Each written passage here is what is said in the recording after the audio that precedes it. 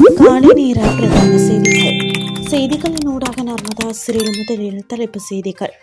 எரிபொருள் மானியம் குறித்து வெளியான அறிவிப்பு. இலங்கையில் நீர் விநியோக கட்டுப்பாடு அடுத்த 2 வாரங்களில் ஏற்பட போகும் மாற்றம்.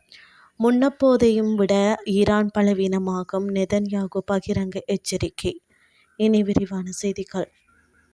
இலங்கையின் தற்போது நடைமுறையில் உள்ள எரிபொருள் விலை மானியத்தை தொடர்ந்து முன்னெடுத்து செல்வதற்கு சர்வதேச நாணய நிதியம் இதுவரை எதிர்ப்பு தெரிவிக்கவில்லை என எரிசக்தி அமைச்சு தெரிவித்துள்ளது. இதன்படி டீசல் மற்றும் பெட்ரோல் மீதான தற்போதைய மானிய விலையிலேயே விநியோகம் தொடர உள்ளது. தற்போது நடைமுறையில் உள்ள மானிய முறையின் கீழ் 1 லிட்டர் டீசலுக்கு 100 ரூபாயும் 1 லிட்டர் பெட்ரோலுக்கு 20 ரூபாயும் அரசாங்கம் ஏற்றுக்கொண்டுள்ளது.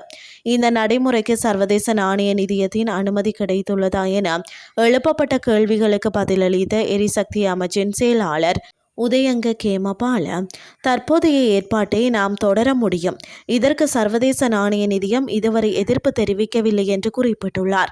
இதுகுறித்து அண்மையில் கருத்து தெரிவித்த அமைச்சரவை பேச்சாளர் நலிந்த ஜேதிஸ், எரிபொருள் விலையேற்றத்திற்கு நுகர்வோரை பாதுகாப்பதற்காக அரசாங்கம் மாதம் ஒன்றுக்கு சுமார் 20 பில்லியன் ரூபாய் செலவிட்டு வருவதாக தெரிவித்தார்.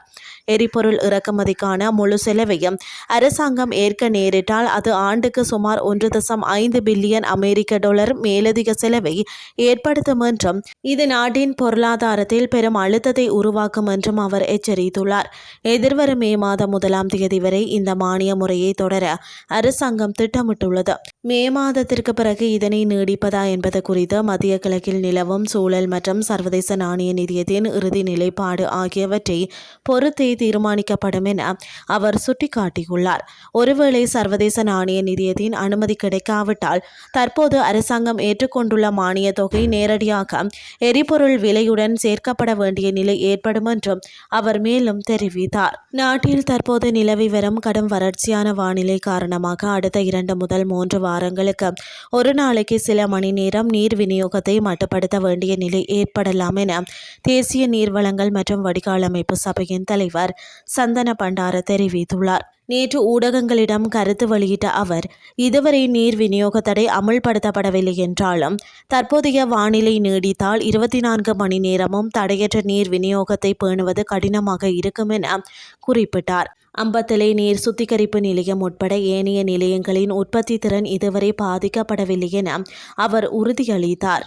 குறிப்பாக கழனி ஆற்றில் உவர்ப்பு நீர் மட்டம் அதிகரித்துள்ள போதிலும் அது அம்பத்திலேயே நிலையத்தின் செயல்பாடுகளை பாதிக்காது என அவர் தெரிவித்தார். உவப்பு நீர் உட்புகுவதை தடுக்க தற்காலிக மணல் மூட்டைகளை கொண்டு தடுப்பு அணை அமைக்கப்பட்டுள்ளது. வறட்சியான காலநிலையால் ஆற்றின் நீர் ஓட்ட வேகம் குறைந்துள்ளதே உவர்ப்பு மட்டம் அதிகரிக்க காரணமாகும். எனினும் இந்த தடுப்பு அணை மூலம் சுத்திகரிப்பு நடவடிக்கைகள் தடையின்றி முன்னெடுக்கப்படும். முகத்துவார பகுதிகளில் மேற்கொள்ளப்படும் மணல் அகழ்வு நடவடிக்கைகளும் ஆற்றின் உவர்ப்பு நீர்மட்டம் அதிகரிக்க ஒரு காரணம் என சுற்றுச்சூழல் ஆர்வலர்கள் சுட்டிக்காட்டியுள்ளனர். இது தொடர்பாக மத்திய சுற்றுச்சூழல் அதிகார சபை மற்றும் புவியியல் ஆய்வு மற்றும் சுரங்க பணியகம் இணைந்து தேவையான நடவடிக்கைகளை எடுத்து வருவதாக அதன் பணியாளர் நாயகம் கபில மகேஷ் ராஜபக்ச தெரிவித்துள்ளார். நிலவும் வறட்சியை கருத்தில் கொண்டு பொதுமக்கள் நீரை மிகவும் சிக்கனமாக பயன்படுத்துமாறு அறிவுறுத்தப்பட்டுள்ளது. இனி வெளிநாட்டு செய்திகள். ஈரான் மீதான போரை முடிவுக்கு கொண்டு வருவதற்கு எந்தவொரு கால அட்டவணையையும் விதிக்க தான் விரும்பவில்லை என இஸ்ரேலிய பிரதமர் பெஞ்சமின் நெதன்யாகு தெரிவித்துள்ளார். சர்வதேச செய்தி நிறுவனம் ஒன்றுடன் உரையாற்றும் போதே அவர் இதனை தெரிவித்துள்ளார். மேலும் அவர் தெரிவிக்கையில், ஈரான் மீதான போர் ஏற்கனவே அதன் நோக்கங்களில் பாதியை எட்டிவிட்டது என குறிப்பிட்டுள்ளார். ஈரானின் ஆட்சி முறை இறுதியில் உள்நாட்டில் இருந்தே வீழ்ச்சியடையும் என்று நெதன்யாகு நம்பிக்கை வெளியிட்டுள்ளார். இந்த மோதல் முடிவுக்கு வரும்போது தெஹ்ரான் முன்னப்போதையும் விட மிகவும் பலவீனமான நிலையில் இருக்கும் என்றும் அவர் தெரிவித்துள்ளமை குறிப்பிடத்தக்கது. இத்துடன் செய்திகள் யாவும் நிறைவடைகின்றது. அடுத்த இரவு 8:30 எதிர்பாருங்கள். நன்றி.